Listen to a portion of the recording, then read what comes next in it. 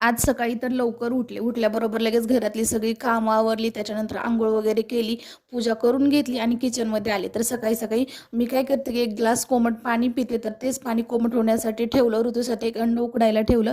बदाम पण सोलून घेतले आणि ऋतूसाठी डाळिंबाचा ज्यूस बनवायला घेतला.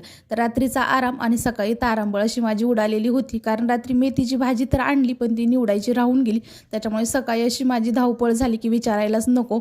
त्याच्यानंतर मेथी वगैरे निवडली, लगेच पीठ मळून घेतलं आणि मेथीच्या भाजीला फोडणी दिली. तर रात्री मेथीची भाजी तर आणली, पण आता निवडेल, नंतर निवडेल असं विसरून गेले आणि सकाळी भाजीला काहीच नव्हतं. त्याच्यामुळे रात्री थोडा जरी आराम केला तर सकाळी पुरते तारांबळ उडवून जाते. त्याच्यानंतर मेथीला फोडणी वगैरे दिली, मेथीची भाजी केली आणि इथं गरम-गरम चपात्या ज्या आहेत तयार झाल्या. तर हा आमच्या तिघांचा पण फेवरेट नाश्ता असतो. तर मेथीची भाजी आम्ही खूप आवडीने खातो आणि आम्हाला खूप आवडते पण. त्याच्यानंतर गरम-गरम चपाती, भाजी आणि असा आमचा नाश्ता केला.